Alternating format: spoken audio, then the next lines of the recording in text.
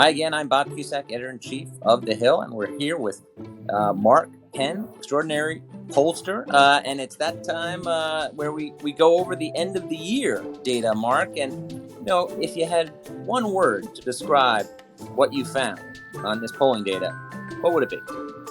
Unchanged. Unchanged. Explain. Well, I think the country has been split 50-50 for a while. I think that it went through the election in which it showed it's split 50-50. And I think in this poll, they're still split exactly the same way. They like or dislike about 47% like the Republican and the Democratic parties. 42% approve of President Biden, fundamentally unchanged since for the last year and a half. Public is really, despite the inflation and gas prices and economy and all sorts of issues floating around, the basic 50-50 makeup of the country has not changed. And the static nature of that is really the story of this year. Now, the president had a good election. The expectations were there was going to be a red wave, and the House did flip to Republicans, but the Senate stayed in Democratic hands, and Democrats actually expanded their small majority. Do you think that he's getting any credit for it, or do you think, in retrospect, and you got some polling data on Donald Trump, that Trump really helped Democrats do well? Well, I don't think Biden's getting any credit for it because his ratings didn't move, and still a really small group, less than 40% of Democrats, really support him in a Democratic primary for president. So consequently, you're not seeing this, let's rally around Joe Biden. He's really going to take us into the next level of governmental leadership and kind of win in 24. I think you're seeing that, we held together despite Biden, and we, the Democrats, don't like Trump, and the Republican Party didn't show an agenda and leadership that really was appealing, and Democrats had an effective vote-getting operation, particularly a lot of mail-in votes were lopsided 60-40. And that made, I think, a big difference when all the votes were counted, particularly in midterms, where people tend to think they're going to go to the polls, but then don't, because whatever happens in their day.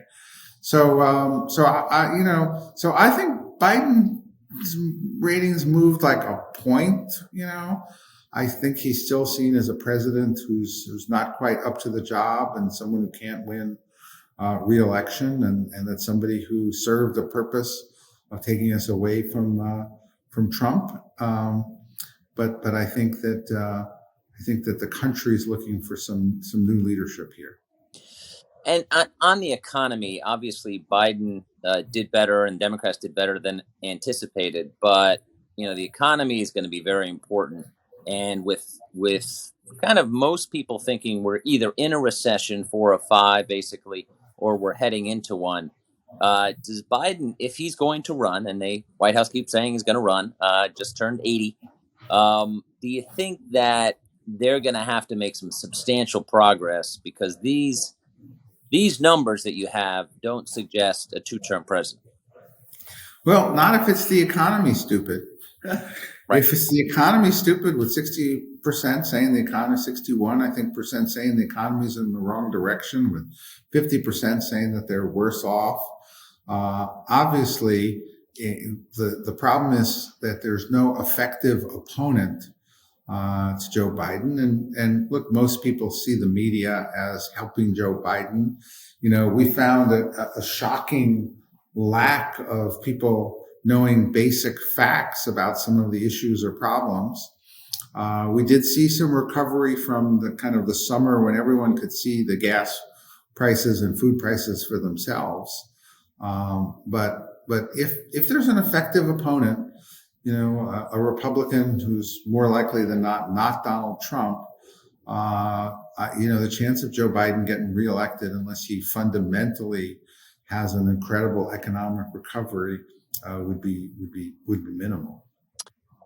The other, I think the other key finding you have is that Ron DeSantis was the big winner of the midterms. Obviously, he won re-election easily, beating Charlie Crist in a romp, and his numbers are very impressive right now. Favorable is plus 14. So a lot of these politicians, as you know, Paul, Mark, they're all underwater for the most part.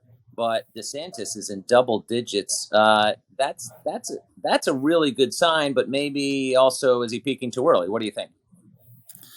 Well, I think he did the one thing that we've wanted somebody to do, which was take people who, well, I shouldn't say we wanted, but the interesting thing, I have wanted politicians to be able to take the center, right? And so when politicians just kind of go for their base, they win 52-48, they lose 52-48. When they actually take the center, they win 60-40. And that's what DeSantis did. He actually took a lot of people who voted Democratic and historically have voted Democratic and voted Democratic in the previous gubernatorial election, and he flipped them. And that is very powerful, right? And that is the kind of thing that, he'll have to see whether he runs for president, whether he can take down Donald Trump. I suspect that he hasn't peaked too early. I think that if he is the Trump slayer, he will walk into the White House pretty easily as a result of winning that contest. Now, the interesting thing is they haven't been able to do any effective takedowns on Ron DeSantis. I think his biggest danger is if he goes a little too socially conservative, in trying to win the Republican primary, because it does appear that the Republicans are losing the social issues.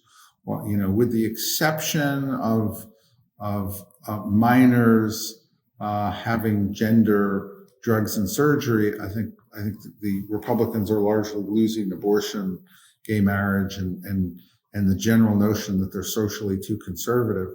And so the running room for them is on the economic, energy, climate change, immigration issues. And I think DeSantis is seen as having run a strong economy in Florida, made the right decisions to preserve jobs during the COVID crisis, and stood up to big corporations that tried to push him around on issues that he won. So, but there's, again, he's going to be the target of everybody. But so far, nobody, I assume there are 100 people right now digging through his kindergarten drawings. And so far, nobody's really found anything. Yeah, no, he's riding high, and already some Democrats have been saying that they would love to have Trump win the nomination. But DeSantis is now beating Biden for the first time in a head-to-head, 43-39, also defeating Harris. DeSantis is not running, but yet he's winning. Do you think the White House better get going with that research with these numbers? Well, no, but the real question for the White House is, are they really running or not? And the idea that he'd be 86, as president for a second term, and then what are they going to do about let's say he is running, going to keep Harris as vice president, right? Because look, the odds are that if he does make it to a second term, the odds are not good that he'd be able to govern for another 4 years. And so who the vice president is becomes considerably more important. So as a practical matter, you'd have to put somebody in there who people thought was really competent to be president. So if he's really going to make that run, or is this a charade and, sometime in June, we're going to get the real story. I don't know. He certainly, while I don't think he got credit for the midterms, he certainly got on the campaign trail and showed, I think, did himself some good just showing that he can get out there and, make an argument. I mean, a lot of his speeches, were just ginning up the base. But they did show that he could get out there, make an argument and do pretty well. I mean, my analysis, though, is that Democrats held together despite Biden rather than because of Biden. Mm-hmm. Mm-hmm. Interesting findings on Elon Musk. He's actually he's above water, +8. What do you make of that? And also the finding 64% believe that Twitter employees engaged in some type of political censorship during the 2020 election. Yeah, no, I think shockingly, Silicon Valley, uh, you know, uh, Twitter employees don't represent mainstream America, and mainstream America is kind of coming back on wow, what was going on here with the big tech companies? They were censoring. You had all of these employees with a single viewpoint. I think they're more or less buying the Musk line that there was political censorship, that the country, was kind of in an information chokehold here, and that he's going to make it better. I think the people who are rejecting Elon Musk are basically Democrats who liked having an advantage over in social media, and don't want to level up the playing field. And I think in some ways, Musk is sort of the new Donald Trump, right? Donald Trump is not Donald Trump anymore. Nobody cares what he says that much. His presidential campaign start has been a disaster. And Musk is really the person who is shaking things up, standing up to big tech and the press and the media. And he is filling the position which we seem to want. We seem to need in America, like the position of somebody who's going to go after the established interests. Mm-hmm, mm-hmm. The issue going forward that Republicans are going to be talking a lot about next year, especially the House Republicans, and doing a lot of hearings on it that we haven't seen in the Democratic Congress, is immigration. What was your takeaways on immigration, and do you think the White House, I don't know, has to visit the border? Maybe not with Kevin McCarthy in a photo op as he challenged the president to do, but to be seen as more active, or maybe change their policies, because this is going to be a year-long investigation throughout 2023 going into the 2024 on Republicans saying we've got open borders. Well, most people now believe that the Democrats deliberately have open borders, like 55%. But most interestingly, they think that when I ask them how many people are crossing the border, and only 6% got even close to the right answer, that most people underestimate by a huge factor the problem. And this again goes to what is the mainstream media kind of letting through, and the tech companies letting through the filter, right? And I think that's in a presidential campaign where people are able to get the facts out and where there's real leadership on both sides, we'll have a national debate that rises above the lack of information. But once you give people the information of how big the number of crossings is in the millions, they want they want to reestablish a border. At the same time, we've always known that they've been compassionate. Look, the basic compromise here has been sitting around. Nobody just wants to execute it. The Democrats don't really want to close the border, and the Republicans don't really want to give immigrants a path to anything. Uh-huh. So unless they get together and agree to both the things that they don't really want, they can't get what they really do want. And the country's going to be stuck until a leader, comes in and forces everybody, to resolve it. But it's a weakness. But it is the economy, stupid. The economy is going to determine. It didn't seem like immigration played itself out as an issue as much as people expected. I think there's a constellation of big spender, big taxer, raising energy prices, moving too fast on climate change, opening our border, that if a Republican leader can really crystallize, he could win in a landslide. He could win like in Florida. But if they continue to muddle around and they can't get their story straight and they don't have effective leadership and they're too far to the right, what this shows is that the presidential race could be a coin flip. Uh-huh. Do you think, having been a veteran of the Clinton White House after midterms, do you think that this White House is going to change in any way now that the House has flipped to Republicans? I don't think they're going to change, not if Joe Biden's really running. See, you would think if he's running, he would change, and if he's not running, he won't change. We're just not going to know till the State of the Union, I suppose. That was actually the 95 State of the Union. The era of big government is over. That was the decisive throwing down of the change gauntlet, moving away from the left and the Democratic Party.